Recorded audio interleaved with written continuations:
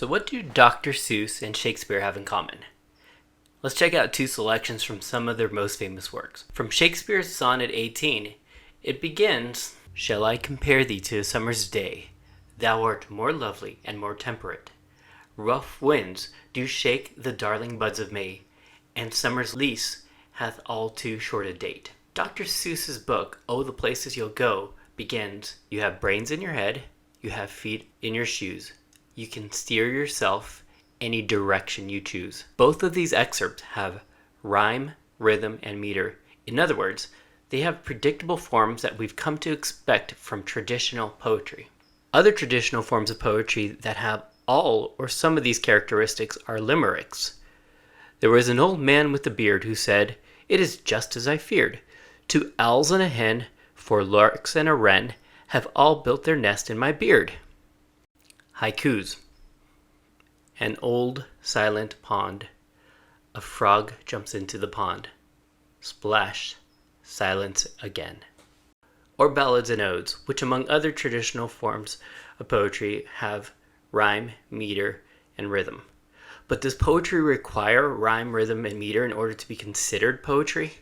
Let's take a look at William Carlos Williams' poem, The Red Wheelbarrow. So much depends upon a red wheelbarrow, glazed with rainwater, beside the white chickens. Poetry with this type of structure is called free verse poetry. It lacks steady abstract rhythm of traditional poetry. So, since it seems that poetry can be almost anything, it can have structure or it can be free of structure, how does one begin to create or interpret it? Fortunately, teacher John de Pascal developed a poetry analysis tool that you can remember with the acronym SLAM.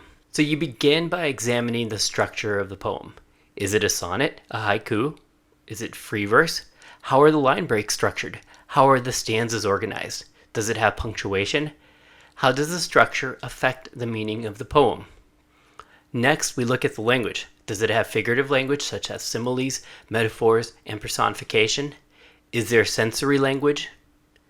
Then, look for the effect, which refers to the mood and the tone of the poem.